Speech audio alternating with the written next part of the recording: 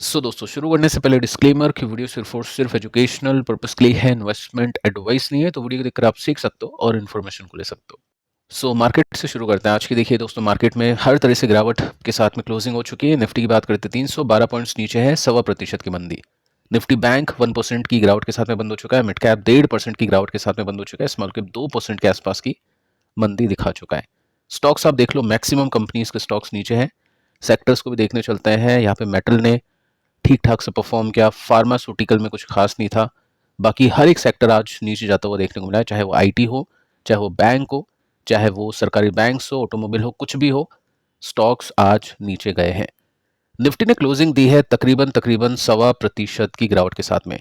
आपके पोर्टफोलियो ने किस तरह की क्लोजिंग दी, आप नीचे कमेंट करके बता सकते हैं। आगे चलते हैं। अब देखिए दोस्तों, कल एक वीडियो मैंने आपको दिया था जिसमें मैंने आपको बताने की कोशिश की थी कि सट्टे बाजार का क्या इशारा है, क्रूड ऑयल का प्राइस कितना गिर सकता है, कितना ओपन हो सकता है और किस तरह से चीजें प्ले हो सकती हैं। कल मैंने आपको बताया था कि 8% का उछाल है सट्टे मार्केट के अंदर क्रूड के प्राइस में। आज आप देख सकते हैं 8% की तेजी के साथ में क्रूड ऑयल का प्राइस चल रहा था। उसके बेसिस पे मार्केट को काफी बड़ा झटका लगा है। अब पहला जो ट्रिगर है मार्केट को लेकर वो यही है, क्योंकि ये जो ट्रिगर है ना, इससे बहुत ज्यादा डैमेज होने वाला है इंडिया को।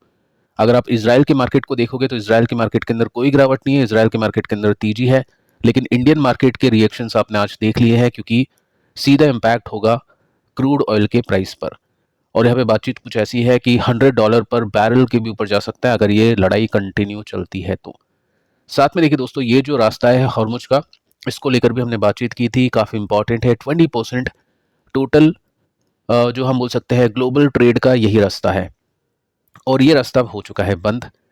कितना डैमेज होगा, यहाँ पे आप देख सकते हैं तकरीबन 300 कंटेनर्स अटके हुए हैं फ्रोजन फूड के आइटम्स के, और साथ में जो ऑयल का जो इंपोर्ट एक्सपोर्ट होता है वो जो रास्ता है वो भी यही है। मैक्सिमम जो हम डिपेंड करते हैं या पूरा वर्ल्ड डिपेंड करता है, उसके अंदर इसका भी नाम आ जाता है। ये रास्ता हो चुका है बंद। इसका डैमेज अब देखने को मिलेगा क्रूड ऑयल के प्राइस में, और उसके बेसिस पे आज के दिन मार्केट को झटका लगा है। अब देखते हैं कि कल परसों किस तरह से क्रूड ऑयल का जो प्राइस है वो परफॉर्म करता है। ठीक है, यहाँ पे आप देख सकते हैं तकरीबन $10 पर बैरल अगर क्रूड ऑयल का प्राइस इंक्रीज करता है तो हमको रफली 10 से लेकर 15,000 करोड़ रुपीस का नुकसान होगा। $10 तो नहीं, अभी तो कुछ ज़्यादा ही आई थिंक तेजी में ये था। परसेंटेज बेसिस में अगर मैं आपको दिखाने की कोशिश करूँ तो यहाँ पे आप देख सकते हैं 8% है। चलो ठीक है, डॉलर बेसिस में $5 के आसपास की तेजी है, लेकिन अगर ये 100 तक पहुँचता है तो $30 यानी काफ़ी बड़ा डैमेज यहाँ पे हो सकता है। सेकंड टॉपिक पे आते हैं, स्टॉक मार्केट के परसेंटेज बेसिस में क्लोजिंग, यानी क्लोजिंग बेसिस में जो परसेंटेज है वो। आज के दिन जो मार्केट गिरा है, सबसे ज्यादा गिरा है पाकिस्तान का, 9% का क्रैश। उसके बाद में हैंगसेंग आप देख सकते हैं 3% का क्रैश। निफ्टी की बात करते हैं 2% का। उसके बाद में डाउ जोन्स की फ्यूचर 1.5% नीचे थे। निकाई आप देख सकते हैं 1.5% नीचे थे। सब कुछ नीचे था। निफ्टी ने आज 2% की गिरावट के साथ में ओपनिंग दी है। अब देखिए, कल मैंने एक वीडियो आपको दिया था जिसके अंदर मैंने आपको बताने की कोशिश की थी कि कितना परसेंट निफ्टी गिर सकता है। ठीक है, और उसके अंदर मैंने आपको डिटेल में बताने की कोशिश की थी कि रशिया यूक्रेन का जब वॉर हुआ था, उसकी जब न्यूज आई थी, तो उस समय निफ्टी तकरीबन तकरीबन 2% की गिरावट के साथ में ओपन हुआ था।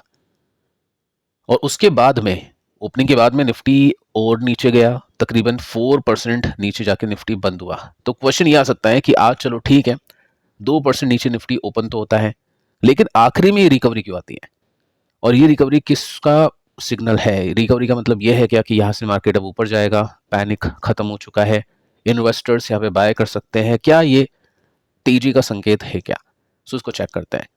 फर्स्ट देखिए दोस्तों, आप यहाँ पे नोटिस कर सकते हैं कि एक न्यूज आती है 2 बजे के आसपास। 2 बजे के आसपास एक न्यूज आती है जिसके अंदर IAEA की जो चीफ है उन्होंने कहा कि वापस से हमको डिप्लोमेसी के हिसाब से आना चाहिए और नेगोशिएशन के हिसाब से आना चाहिए, टेबल पर बैठना चाहिए, बातचीत से प्रॉब्लम को सॉल्व करनी चाहिए। इसका मतलब अटैक रोकना चाहिए, सीज फायर होना चाहिए। अब ये कौन है हम देख लेते हैं। IAEA की फुल फॉर्म क्या है? International atomic energy agency, Hindi में बोल सकते हैं अंतर्राष्ट्रीय परमाणु ऊर्जा एजेंसी। इन्होंने ये कहा है, ये तकरीबन हम बोल सकते हैं 2:13 के आसपास कमेंट आता है, और उसके बाद की दीजिए आप देख सकते हैं 2 बजे के आसपास की यहाँ से रिकवरी आना शुरू हो जाती है। ये फर्स्ट रीजन है मार्केट की रिकवरी के पीछे का। सेकंड जो रीजन है दोस्तों वो है टेक्निकल। टेक्निकल कैसे? कल आपको मैंने बताने की कोशिश की थी कि ये ओपनिंग का प्राइस हो सकता है क्योंकि 2% का गैप था और ये काफ़ी इंपॉर्टेंट सपोर्ट हो सकता है। लेकिन देखिए दोस्तों, हुआ क्या है कि ये जो कमेंट आ गया उसके बाद में रिकवरी यहाँ पे देखने को मिली है। लेकिन एक्चुअली अगर ये कमेंट नहीं आता तो मार्केट ओपन हुआ था 1.79% की गिरावट के साथ में। ये आप देख सकते हैं, यहाँ पे गैप है, वो गैप के साथ में मार्केट ओपन होता है, गैप डाउन। उसके बाद में मार्केट थोड़ा सा ऊपर जाता है लेकिन वापस से नीचे जाना शुरू कर देता है और गिरते गिरते गिरते 2.31% नीचे चल जाता है। तो एक्चुअली तो ट्रेंड वही था जो रशिया यूक्रेन के अंदर हमने देखा कि मार्केट ओपन होगा नीचे लेकिन उसके बाद और नीचे जाके बंद होगा। सो वही ट्रेंड अभी यहाँ पे प्ले कर रहा था। लेकिन जैसे कमेंट आता है और ये जो सपोर्ट है निफ्टी का हिट करता है, उसके बाद में मार्केट ने यहाँ से तकरीबन 1% की तेजी दिखाई है। सो ये रीजन है आज के प्राइस एक्शन के पीछे का।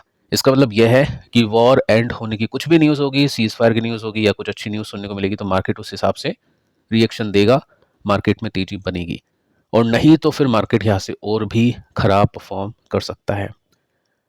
आगे चलते हैं। तीसरा वीडियो दोस्तों मैंने आपको दिया था कि कहाँ पे अच्छा पैसा बन सकता है। सो यहाँ पे हमने देखा कि गोल्ड का जो प्राइस था, स्पॉट प्राइस था, आज के दिन तकरीबन 2% के उछाल के साथ में परफॉर्म कर रहा था। सिल्वर के स्पॉट प्राइस की बात करें तो ये कम था 1.54% की तेजी के साथ में, क्योंकि गोल्ड में इन्वेस्टमेंट बढ़ता है, सेफ हेवन जो एसेट है उसको गोल्ड माना जाता है, तो उसके बेसिस पे यहाँ पे अच्छी तेजी देखने को मिली है। लेकिन अगर आप देखोगे तो एमसीएक्स का जो प्राइस था गोल्ड का 4% के साथ में तेज था। जैसा कि मैं आपको बता चुका हूँ कि स्पॉट प्राइस होता है, उससे ऊपर एमसीएक्स होता है और बीज यानी ईटीएफ उससे भी ज़्यादा तेजी में परफॉर्म कर देता है। लेकिन गिरावट के अंदर भी सेम होगा, जब गिरेगा तो एमसीएक्स स्पॉट से ज़्यादा गिरेगा, साथ में जो बीज है ईटीएफ से वो स्पॉट से ज़्यादा नीचे जाएंगे। तो 4% के साथ में गोल्ड ऊपर था। साथ में अगर मैं सिल्वर को देखूँ तो यहाँ पे 4.81% की तेजी थी। गोल्ड बीज की बात करें तो गोल्ड बी ने 5% की तेजी के साथ में आज क्लोजिंग दी है।